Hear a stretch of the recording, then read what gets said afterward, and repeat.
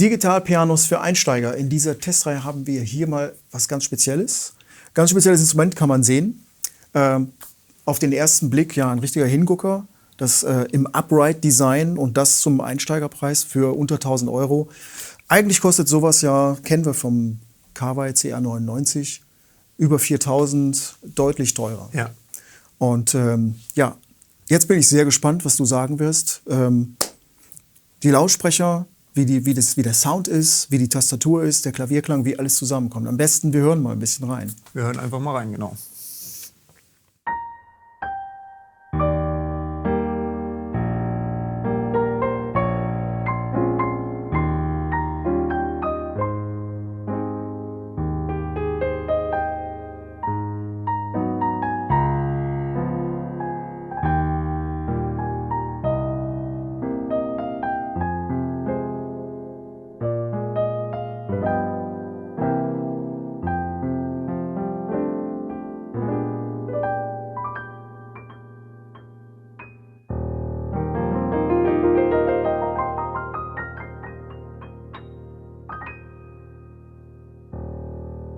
Perlt, würde ich mal sagen, oder? Schönes Gefühl, schön satter Sound. Ne? Wir haben jetzt mal irgendwie die Lautsprecher auch mal so ein bisschen ausgecheckt und ist ein schöner Klang, lässt sich auch gut spielen. Die Tastatur ist ein bisschen schwergängig, aber gefällt mir eigentlich auch. Also ich mag es auch mal ein bisschen fester. Und wie du sagst, es perlt, also es geht ganz gut.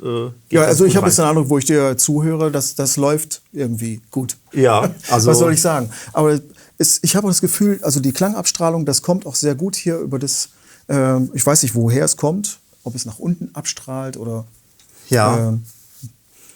Aber also das macht erstmal einen sehr, sehr abgerundeten Eindruck. Also der Klang ist ordentlich. Also das haben sie gut gemacht bei Trumann. Hier, der, wie gesagt, wie du schon gesagt hast, der Klangeindruck. Es ist natürlich schon ein sehr eine pompöse Erscheinung, so ein Upright, wenn man das nicht gewohnt ist. Und ja, dieser Klang ist natürlich dann so das Plus, als wenn man jetzt ein Stage-Piano hat, wo vielleicht die Klänge dann quasi so nach oben strahlen. Ja, total ne? anders. Und, klar. Ich finde das ja ganz toll. Also man hatte wirklich auch das Element eingebaut. Das ist ja Soft Close. Wow. Ja, sieht gut aus. Hier auch und man hat das Notenfach gleich hier. Genau. Das finde ich auch sehr gut. Das ist ja wie bei einem akustischen Klavier eigentlich. Genau. Das macht wirklich was her. Also wenn man tatsächlich so im Wohnzimmer so ein Instrument haben will und das eben nicht so nach so einem kleinen Einsteiger-Digitalpiano aussieht, das ist eben echt was anderes. Ne? Also für den Preis ist es einfach ein Alleinstellungsmerkmal, diese Upright-Form, dieses Wuchtige und auch natürlich, man hat die Dreierpedale dabei, die Tastatur mit den gewichteten Tasten und man hat hier auch, was ich gut finde, nochmal ein Bedienfeld mit Tasten, mit einer Haptik. Also ich habe hier 4 Drehregler für die Lautstärke, fürs Mikrofon, für ein bisschen Equalizer und ich habe hier meine Sounds und hier nochmal Einstellungsmöglichkeiten. Also das finde ich schon. Da hat man ja Metronom, Recorder ist eingebaut, Left, Genau. Right. Man kann also für die linke und rechte Hand getrennt Sachen aufnehmen. Also das ist eigentlich eine schöne Übungsfunktion. Ja. Ne? Und Mikrofon, das finde ich ja auch schon mal gut, dass man da nochmal externes Audio dran stecken kann und man lässt da was laufen. Oder schließt ja das Mikrofon an. Das ist auch toll. Ja. Also ich würde ja gerne noch ein bisschen von den Sounds hören. Haben wir noch mehr? Da gibt es so eine Voice. Auf Voice, wir sind jetzt hier, das war das Grand Piano, was ich gespielt habe zu Eingang. Dann haben wir hier den Sound 2, Grand Piano.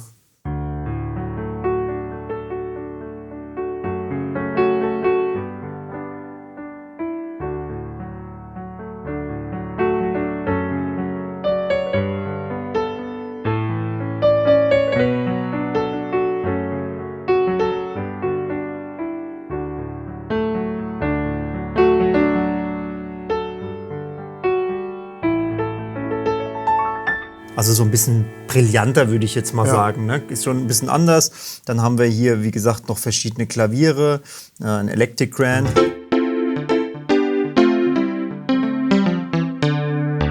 Also ich würde sagen, das ist so, was man so kennt. Können ja mal vielleicht in die E-Pianos gehen.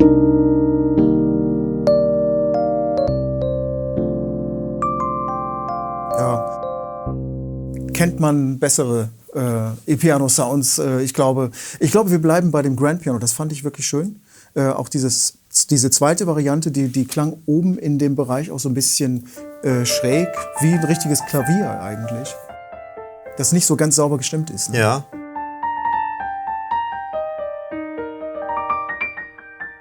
Also es hat einfach einen Charakter, ein bisschen mehr Charakter auch als jetzt vielleicht der Basissound, der eher so eine breite Schnittmenge an Spielern abbildet. Und hier hat man ein bisschen mehr, ja, wie du sagst, das klingt ein bisschen, teilweise sogar ein bisschen verstimmt.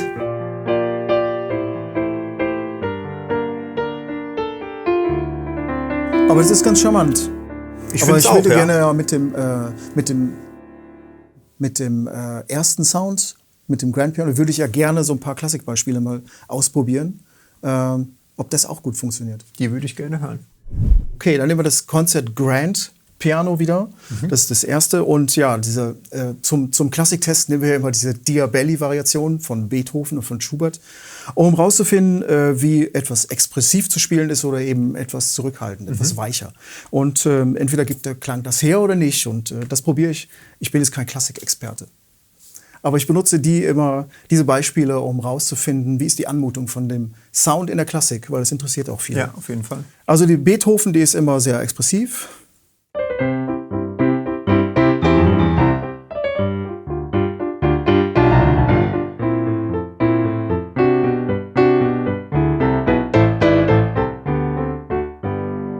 Ja, also die Lautstärken kriegt man ganz gut hin. Es spielt sich aber auch schön. Okay, ja. Die fühlt sich auch ganz gut an. Also diese Ivory-Touch-Oberfläche, das fühlt man sich eigentlich gleich zu Hause. Das ist eigentlich ganz schön. Gut, Schubert wird ein bisschen zurückhaltender gespielt. Das klingt dann so.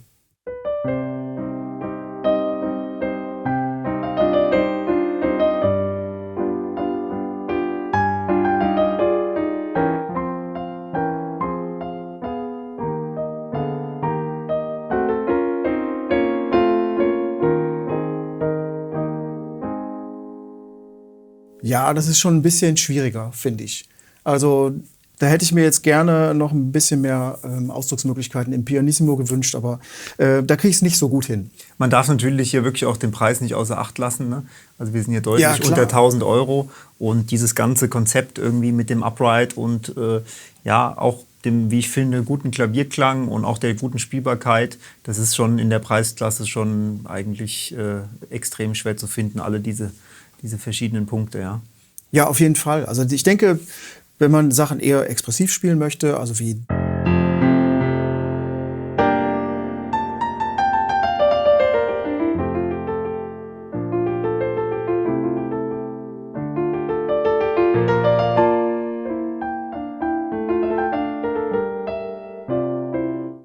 klingt wunderbar. Ja. Also da kriegt man auch das Laut und Leise kriegt man ganz gut hin. Aber so speziell, wenn man ganz, ganz leise im Pianissimo spielen will, ja gut. Ja, ich würde sagen, wir kommen zum Fazit. Was sagst du, Jörg? Also ich würde sagen, das ist, man sollte es nicht verkennen. Also das ist erstmal so ein tolles Upright-Design, aber wir bewegen uns hier bei einem Digitalpiano zum Einsteigerpreis. Das darf man nicht vergessen. Ja. Also sollte man nicht zu viel erwarten. Aber ich finde, mit dieser Tastatur, mit Ivory Touch, eine Hammermechanik, die ausgewogen ist, und mit dem Klavierklang kann man zufrieden sein. Die Additional Sounds, die haben wir alle schon mal besser gehört, aber das ist ja auch gar nicht das, worauf es ankommt. Wer mit dem Digitalpiano anfangen will und Klavier lernen, würde ich sagen, ist das eine gute Sache. Also der Klang über die Lautsprecher kommt gut. Es sieht im Wohnzimmer bestimmt schick aus. Ich denke, für viele ist die Designfrage hier entscheidend. Dieses Upright, was einfach was hermacht, im Gegensatz zu einem Digitalpiano, was man mit einem Ständer irgendwie dann aufstellt. Und, ja, das ist ja was ganz anderes. Ja, also ich bin eigentlich zufrieden so mit dem Klang, aber auch mit dem Spielgefühl. Und für mich ist das ein rundes Konzept. Ja, auf jeden Fall. Dann bleiben ja noch andere Funktionen. Also man hat hier diese ganzen Dual, Split und Twinova für den Klavierunterricht vielleicht wichtig. Auch noch 2 Kopfhörerausgänge. Das ist schön. USB, man kann da auch irgendwie ein Tablet und einen Computer anschließen, um in eine DAW einzuspielen oder Notation zu machen. Alles das geht auch. Ja. Und insofern ist das für einen Einsteiger eine super Sache. Auf jeden Fall.